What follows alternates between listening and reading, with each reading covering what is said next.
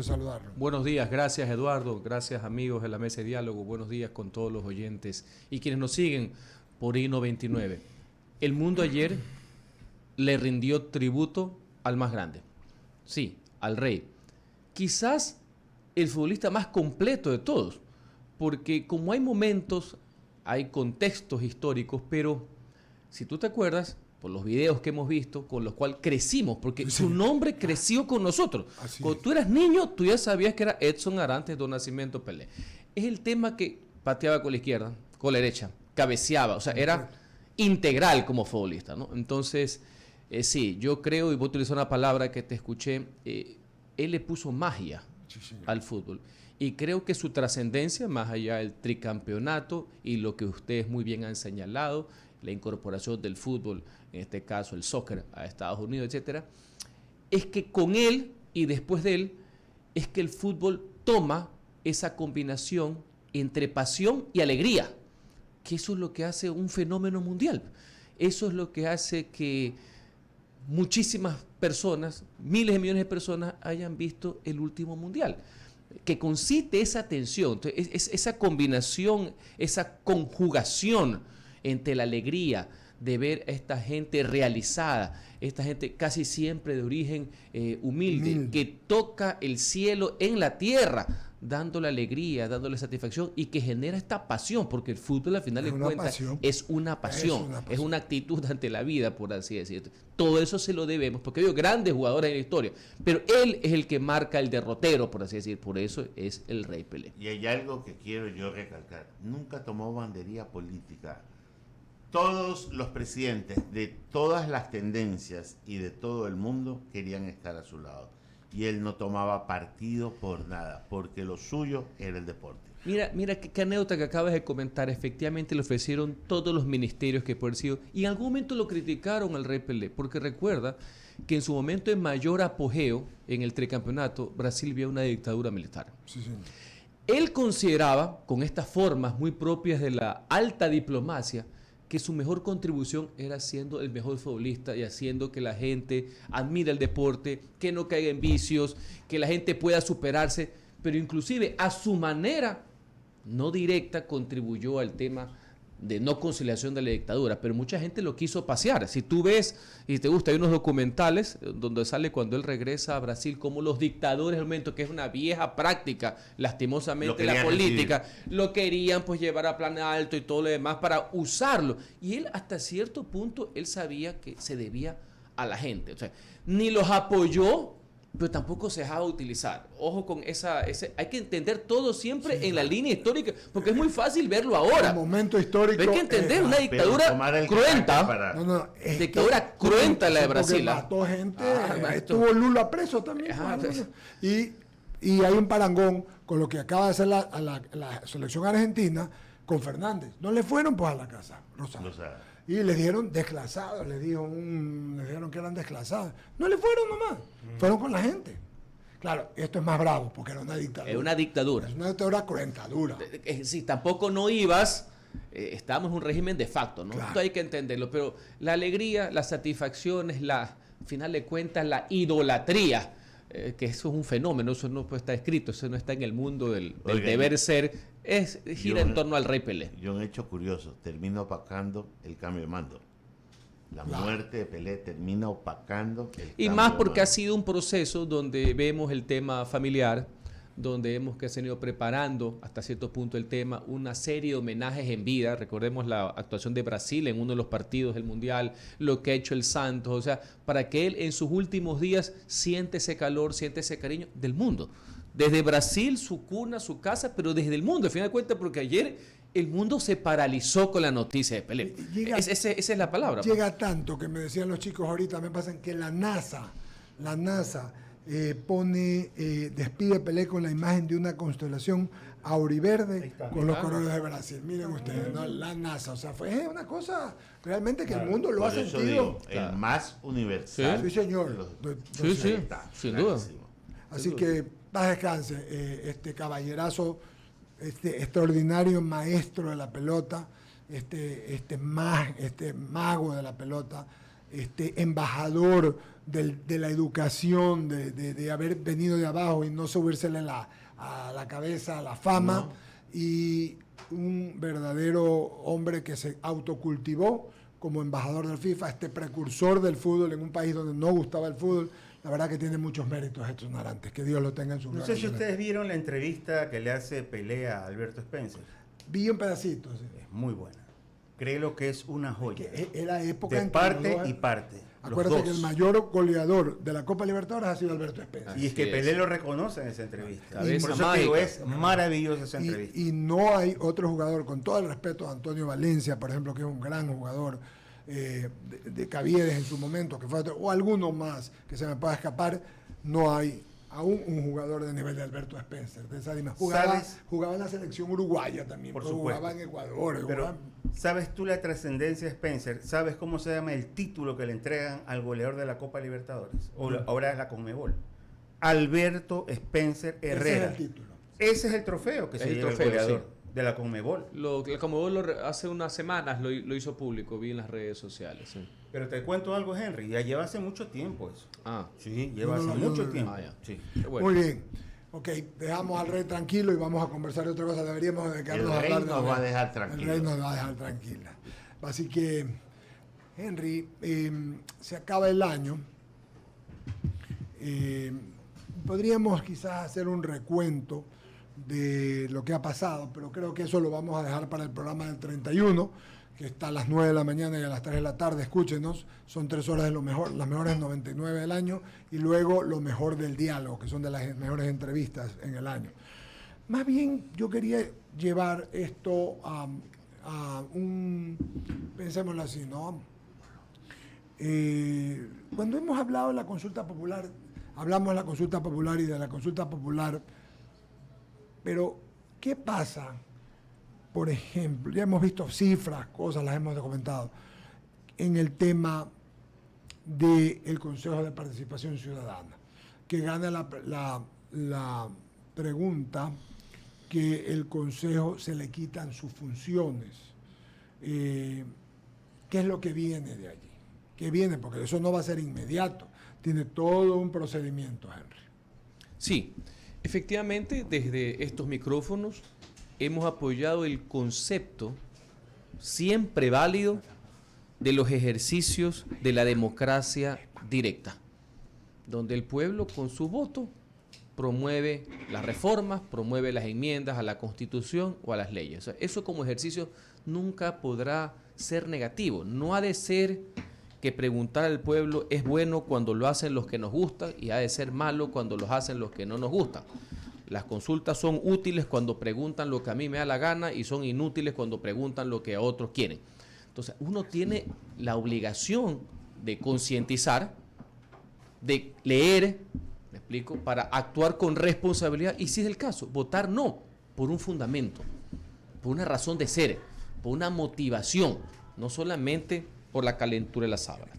Bien, con este antecedente y ante la pregunta del Consejo, que esta es una aspiración de un sector ciudadano, de que se pueda limitar y quitar las atribuciones que históricamente le pertenecen a los órganos legislativos. Por un momento tenemos que hacer abstracción de la pésima representación que puede existir en este momento. Hay que verlo como institución. Eso sucede en todas partes del mundo. Y con eso, lo hemos explicado, puede haber un ejercicio positivo de designar a buenas personas y también pueden existir equivocaciones. Si esa pregunta triunfa y esto va a la Asamblea, no es un cambio automático porque se genera lo que se denomina un régimen de transición. Tienes que empatar el viejo régimen, como se denomina, con el nuevo régimen.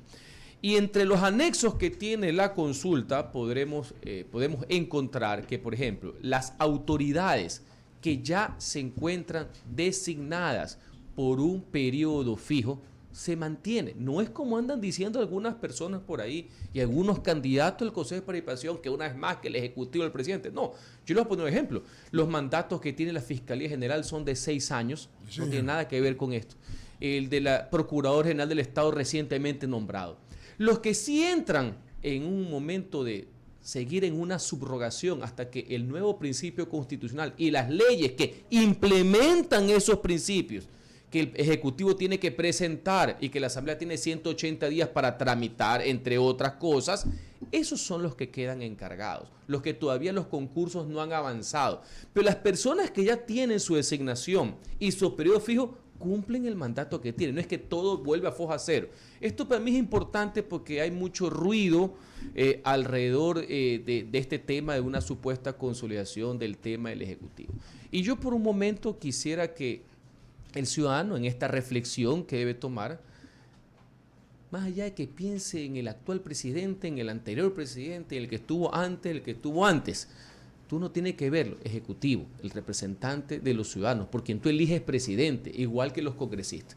Ahora, a estas nuevas facultades que se le retoman a la Asamblea Nacional, uno tendría que también hacer una autocrítica en la línea que si le estamos dando de nuevo estas facultades, estas atribuciones, ha de ser que también comencemos a elegir también mejor, porque si no vamos a caer en los vicios y en las críticas que con legitimidad existieron en su momento, de que en algún momento el Congreso también eligió a una caterva de paniaguados, por así decir, a gente que tenía intereses inconfesables y que decepcionaron, y eso fue lo que provocó también este experimento denominado Consejo de Participación Ciudadana. Yo espero, ya que hemos explicado por qué no cabe la eliminación en este momento.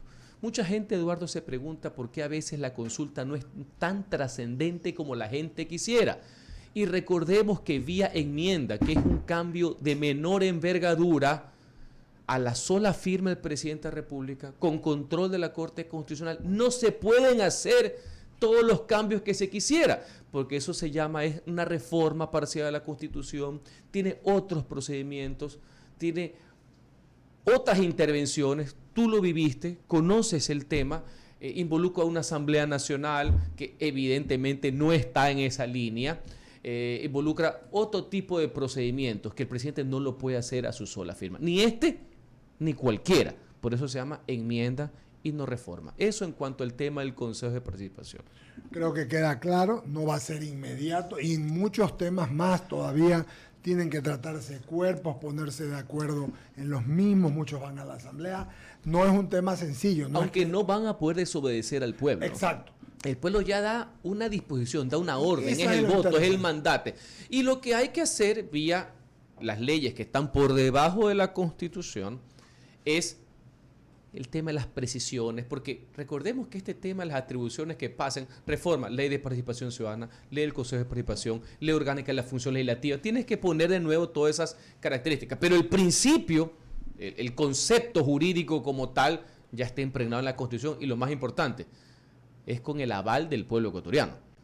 Eso tiene un peso. Por eso, estimado Eduardo y queridos oyentes y quienes nos siguen por las redes en I99, cuando hay consultas como la del año 2011, por ejemplo, más allá de que yo voté no en algunas preguntas, es difícil volver al cambio, porque lo hizo el pueblo. Solo el pueblo podría cambiarlo. Muchas veces, y nosotros que hemos estado en esta línea, el tema de la ley de comunicación. Sí, señor. Mucha gente se pregunta, ¿pero por qué hay una ley de comunicación? Porque ya 2 veces el pueblo va pidiendo que haya una ley de comunicación. Pues. Claro. Lo que no ha pedido el pueblo y lo que no autorizó el pueblo es que hagan ese mamotreto que hicieron en el año 2013. Así es. Pero hay la exigencia popular en la Constitución del 2008 que en sus anexos, en su régimen transitorio, le ordenaba a la Asamblea que en un año haya una ley de comunicación, y también en el 2011 hubo un nuevo recorderis donde el pueblo exigió y votó, nos guste o no nos guste, que haya una ley de comunicación. Entonces, revertir un mandato popular, maestro, eso no tendría que ser jurídicamente no se puede. Política no tiene presentación, solo el pueblo, después de un proceso, años, a veces el pueblo razona y tiene otra forma de ver las cosas y cambia.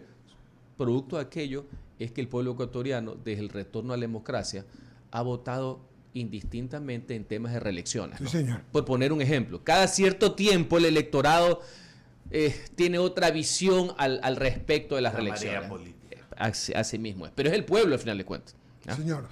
Henry, ¿puede una autoridad destituida por una asamblea pedir licencia y estas autoridades que se instalan tomar decisiones políticas como te estoy describiendo lo que va a suceder en el Consejo del tema del Consejo de Participación, el Ciudadana. sumum de lo que no debe ser, la fotografía del caos institucionalizado.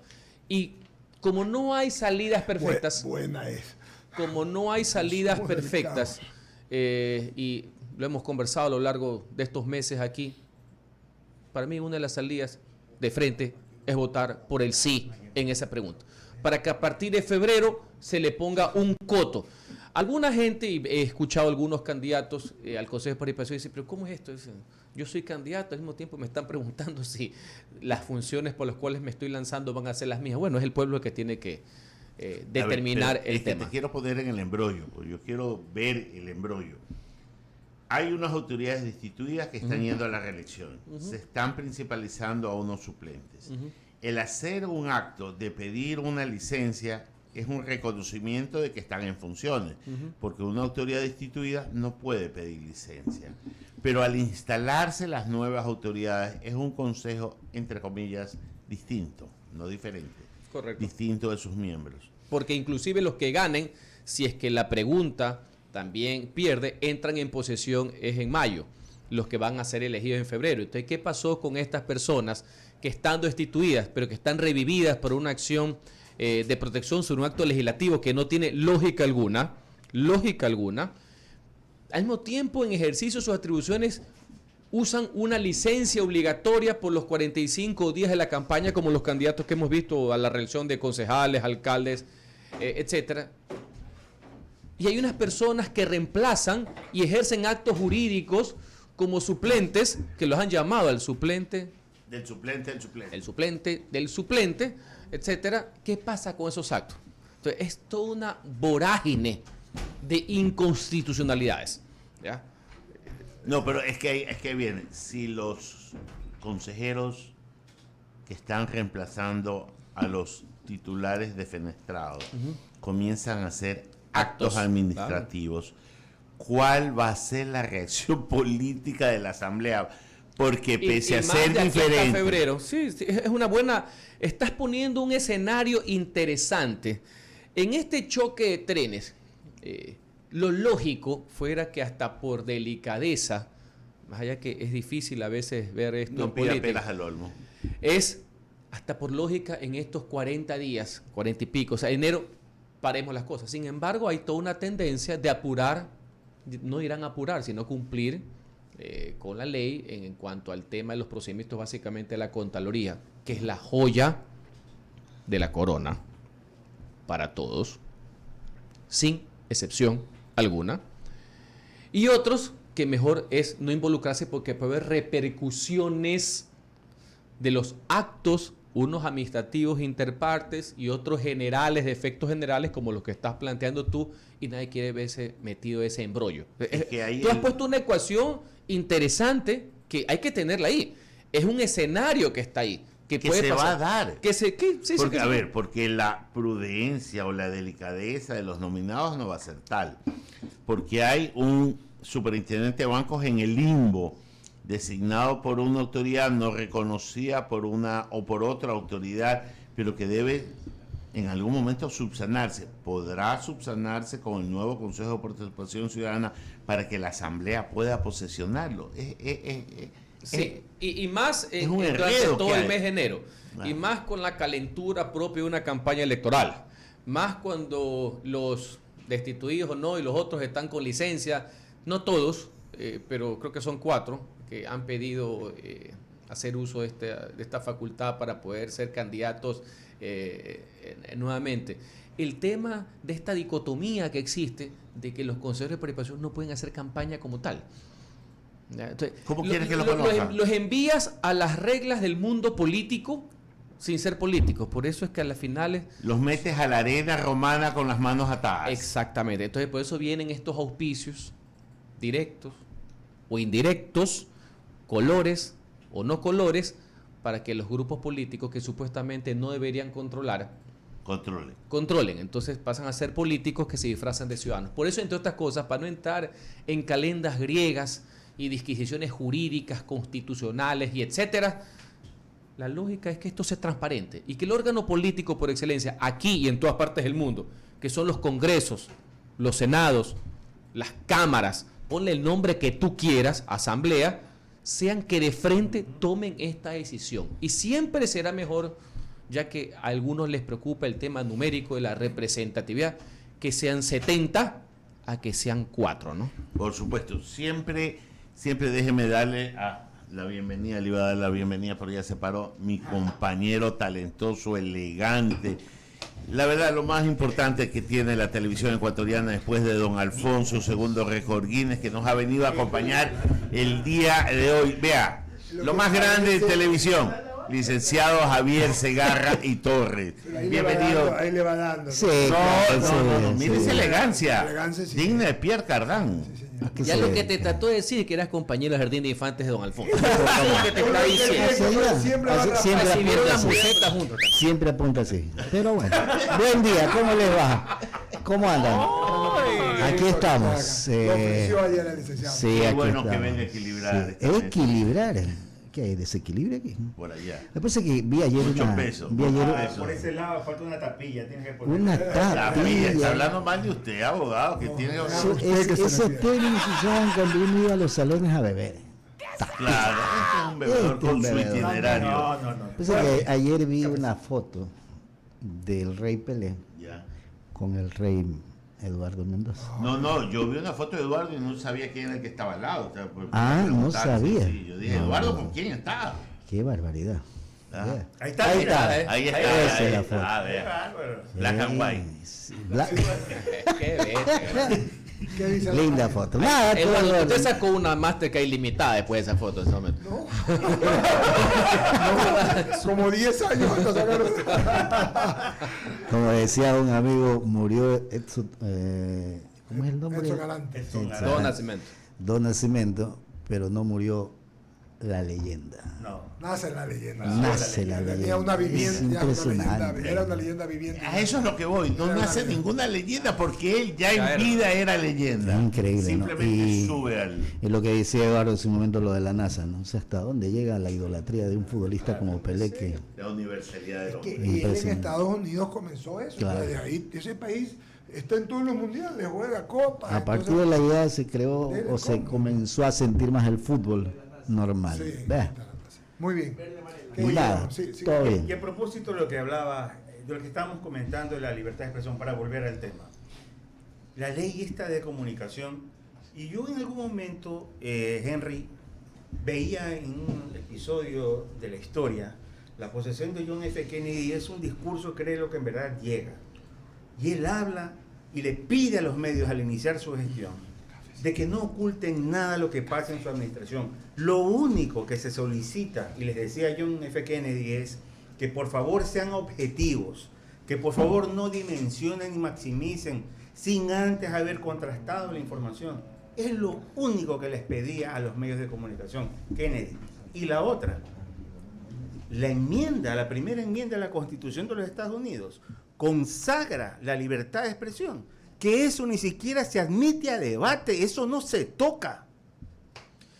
Bueno, son principios. Aquí, cuando la política quiere meter las manos, aquí queremos inclusive tener sensores de la verdad, ¿ya? Y que el Estado imponga qué es la verdad, ¿ya? Los dueños de la verdad. Gracias a Dios, en ese último intento que se hizo en las reformas a la ley de comunicación, se lo impidió. ¿Qué cosa? Porque la Corte Constitucional, no la mayoría o minorías ni los votos, tuvo que sentar su precedente de una posición por demás lógica que desde estos micrófonos también nosotros apoyamos y respaldamos. Eso es importante porque ya dejó por sentado que ese tipo de sandeces, por decirlo menos, no podían ser puestas en ningún papel. Eso es importante ponerlo. Ahora, los desafíos que tiene la comunicación y la libertad son de otro orden. Uno de los grandes problemas que tiene el mundo contemporáneo, y uno lo lee en todos lados, ya ni siquiera es el debate de derechas e izquierdas. No. Es democracia y autocracia. Y el tema de la libertad de expresión es el punto neurálgico. ¿Por qué? Porque hay toda una línea de lo que se denomina la posverdad. Como uno fue criado bajo la línea tradicional de los medios, sean escritos, televisivos, radiales, pero ahora la información fluye de otras maneras. Los poderosos, así se denomina en general, ahora crean su propia versión de los hechos. Entonces, si a esta posverdad, que puede ser de cualquier signo político, conservadores, liberales, socialistas, pero son autócratas por excelencia, ellos determinan, ellos construyen este relato. Lo que es real y lo que es falso. Y si tú a eso le adicionas el tema del populismo, que es general en el mundo, y la polarización, tienes un cóctel perverso. Ese es el cóctel en el que se basa actualmente el gran desafío de la democracia mundial. La autocracia. Exactamente. O sea, posverdad, populismo y polarización. Esas tres. Mira lo que pasó en Son Alemania las tres, este año. Son las tres, claro. Lo que pasó en Alemania este año. Brutal. Y ¿Cuándo mire- te había imaginado que en Alemania iba alguien a tratar de romper el populismo existió en status Alemania. quo? Y el debate de todas estas nuevas, y ustedes que son formados en el mundo de la comunicación, del debate de estas herramientas, de todo lo que son las redes sociales, todo lo que genera, por ejemplo, ahorita el tema de Twitter, por poner un ejemplo, ¿no? De cómo fluye, cómo es la información, cómo el dueño o propietario del medio puede o no puede direccionar. Ahora ustedes miran, pues es un debate que tiene décadas. Sí, pero ahora es cotidiano, pues, porque ahora se ha interiorizado hasta qué punto, cómo se puede manejar la información. Con un tema, son privados, igual que este es un medio privado. Y todos tenemos que actuar con responsabilidad. Sí, señor. Siendo un medio privado, ¿no? Así Porque es. esta no es una agencia pública, no está bajo los estamentos, más allá que se puede brindar hasta un servicio, no está bajo los estamentos y lineamientos de lo que el maestro denominaría el derecho administrativo. Ojo con eso. Entonces, esos son los debates que parecerían en algunos casos una entelequia, que tienen que ver con el ejercicio de la libertad de expresión. Sí, señor. ¿Quién es, la tuya o la de los dueños de los medios también? Así es. De estos medios que ya no son los tradicionales, ¿no?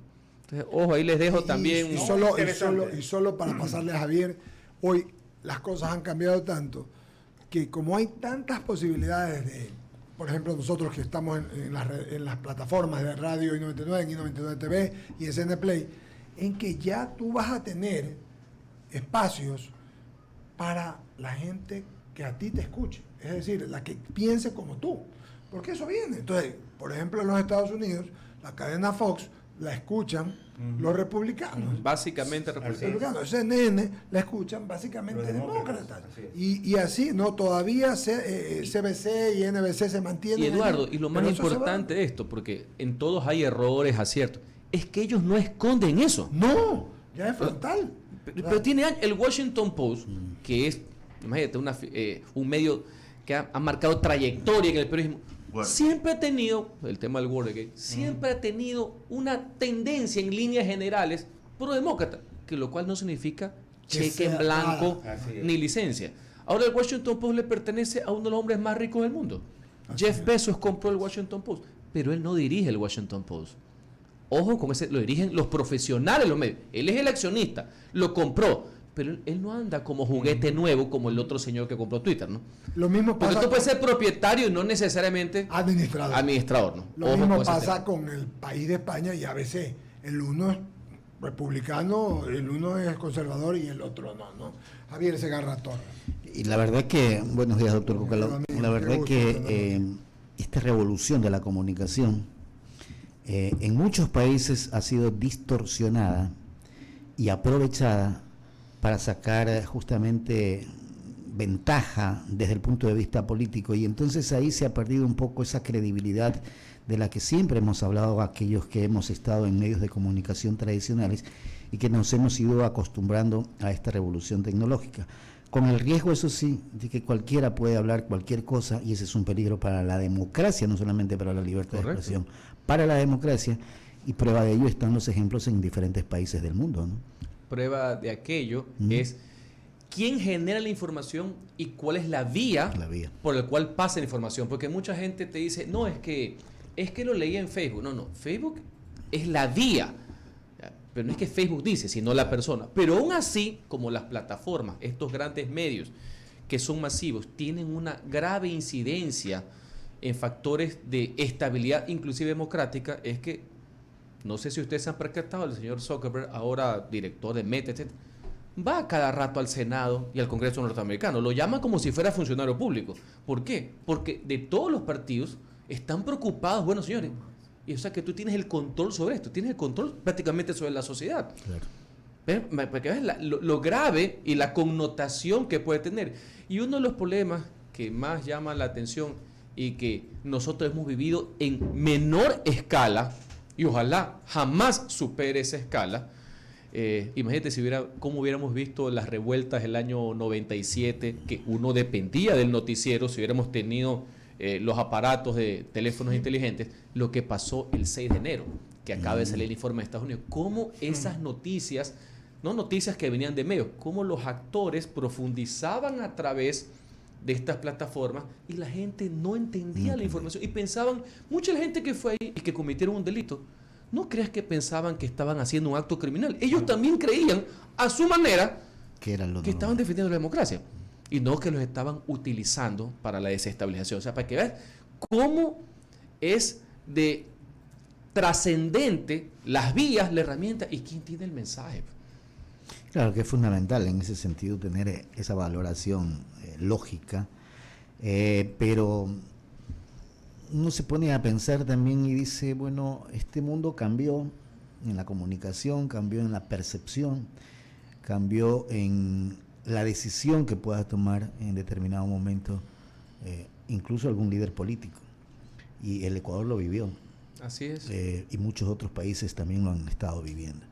Y yo recuerdo lo de España, que vía Twitter se armó un relajo que convocó a miles y miles de españoles por una causa que consideraban justa, como la huelga en Francia, como la huelga de los médicos ahora último. O sea, es como que el puente, y es lo que bien dice usted, doctor Cucalón, es la vía, ¿no? Y eres capaz de mover masas que jamás te hubieras pensado. Pero todos generan el contenido. Sí. Y ahora yo me pongo del otro lado como ciudadano. ¿Ustedes se fijaron algo en el Mundial? La cantidad de personas que cubrían, generaban contenidos, los alzaban y no era la cobertura normal. Periodística, formal, en este caso, deportiva. ¿Ya? Eso es comunicación, no es periodismo. Exactamente. Cambiaron Exactamente. Nosotros estudiamos una cosa y hemos tenido que aprender la otra. Ahora, si aparte tú eres periodista y aparte tienes estas nuevas formas de comunicar, que el Mundial es la vitrina perfecta para generación del contenido, ya no el tradicional, de la forma como enfocaban, hasta como la gente entraba y salía de los estadios, que no es la tradicional que uno veía en México 86, en Italia 90, que uno dependía solo de 2, 3 de los que nos cubrían, ¿no? De los famosos de toda la época, Evito, etcétera, lo que fuera. Pero todo es un cambio. Claro.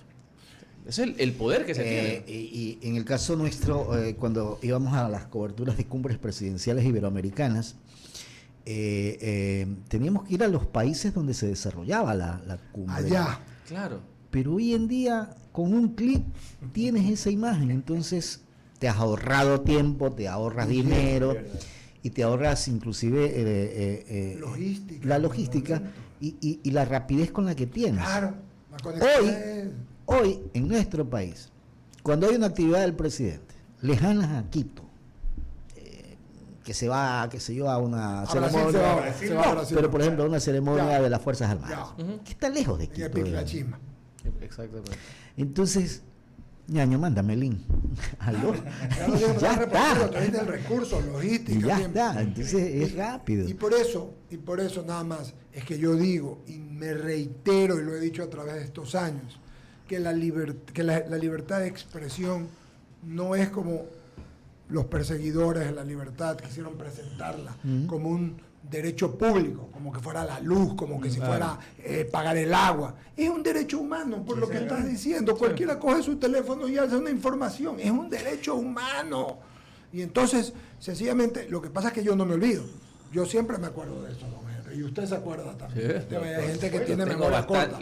Yo no. Claro. Y me celebro que mis amigos, por lo menos los Pérez, también siempre se acuerden. Ahora, el riesgo está cuando desde el lado oficial de un gobierno te manda el link y quieren solamente que saques lo que ellos quieren. Claro. Eso no es. Pues, no, pues eso no es. Entonces ahí viene la tarea nuestra. Eso ha sido siempre. Sí, y ese siempre ha sido claro. el choque entre la prensa y el oficialismo. El oficialismo. Ha sido eterno. Sí, eterno. Y seguirá. Pero ahora con la tecnología lo tienes simplemente lo que ellos quieren. Y entonces ahí viene la tarea nuestra, no solo de comunicar, sino de transmitir la información, que es totalmente diferente. Es que la comodidad de la información te encasilla a la opinión de ellos. Por eso, ok, tienes la comodidad de que te llegue la información, pero te llega la información que ellos te quieren mandar, que si estás tú en sitio, puedes poner eso y lo que ellos nos mandan. Claro, pues, oiga, permítame saludar a un querido amigo que estuvo en la Asamblea Nacional, amigo de estos, con Henry Cucalón, al ministro de Trabajo, que nos va a saludar, Patricio Donoso. Patricio, buenos días, deseándote feliz años. Mira esta mesa con otro colega tuyo acá, buen amigo. Un querido amigo, está Henry Cucalón, y el grupo de nosotros lo tenemos a Javier también acá. Qué gusto de saludarte, deseándote primero feliz año, hermano querido. Comandante. Gracias, comandante. Yo te iba a interrumpir hace 2 minutos porque quería saludarle particularmente a Henry Cucalón, mi amigo, pero antes de hacerlo, muchas gracias por esos buenos deseos, igual para ti, para tu familia, comandante, para todos quienes están en este momento en el staff o son parte del staff de I-99 y están allí en el set. Yo quería saludarle a Henry Cucalón porque cuando hablaban hace pocos minutos de ustedes de aquel asiaga aprobación de la ley Mordaza, Henry y yo estuvimos ahí en la asamblea. Te recuerdo, Henry, más allá de saludarte con toda estimación y respeto, el 13 de junio del 2013, 13 de junio, teníamos un mes de legisladores, Henry, un mes, y nos obligaron, entre comillas, a votar una ley, la ley Mordaza, sin debate, Henry, sin debate. Simplemente se ordenó la votación y claro, ellos eran 100 votos, ¿recuerdas tú? 100 votos de la Revolución Ciudadana. Nosotros, sumados al Partido Social Cristiano, ya creo, y también Pachacuti, Curulur de Estivani, y también estaba Gilmar Gutiérrez y otros pocos, no sumábamos ni 30. Ellos eran 107, porque Avanza estaba con ellos, ¿recuerdas, Henry? Y con 107 votos a favor, sin debate, se aprobó la perversa ley Mordaza. Y yo en aquella instancia hablaba del absurdo que eso significaba, y años más tarde o meses más tarde, la historia me dio la razón cuando el señor Ochoa, recordarás tú, Henry, y comandante y todos ustedes, cual Torquemada sancionaba los medios de comunicación sin qué ni a qué, y sancionaba a los medios de comunicación que no transmitían el viaje del secretario, del subsecretario, del ministro a determinadas vacaciones en Cancún. Sancionaban porque el medio no había transmitido aquella esplendorosa noticia.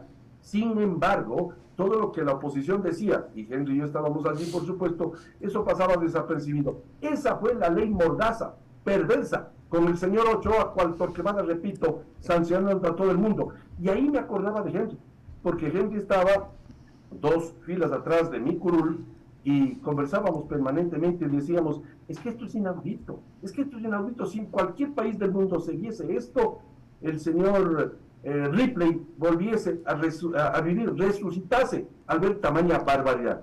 Henry, te saludo con enorme respeto, consideración y amistad.